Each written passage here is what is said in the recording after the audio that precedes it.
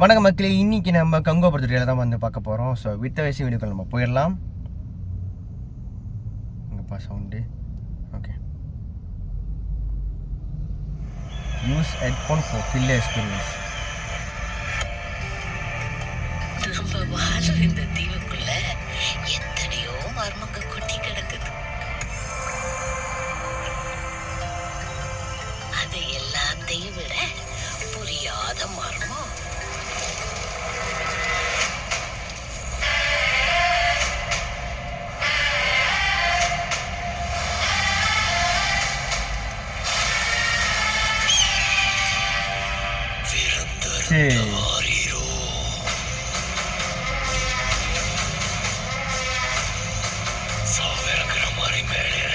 நல்லா இருக்குப்பா.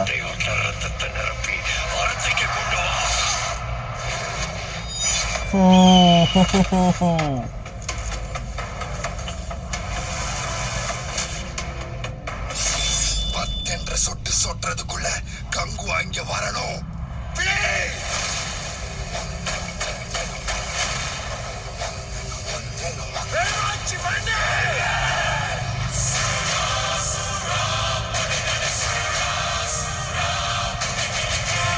Wow.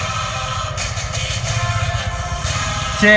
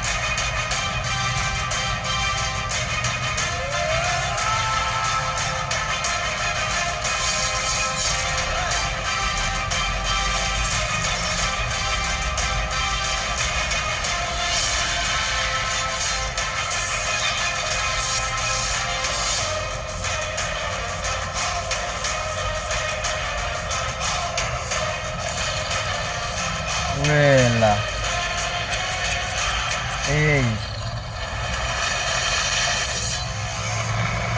Guys, wow.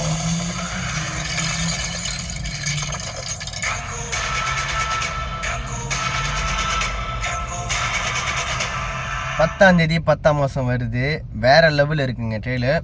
So உண்மையாக சொல்லணும்னா எனக்கு வந்து என்ன எப்படி சொல்கிறது, இதில் வந்து ப்ரெசன்ட் இருக்க மாதிரி அவங்க காட்டலை. பட் ஏன் வந்து அந்த போஸ்ட் சொல்லியாக்கினாங்க எனக்கு தெரியல.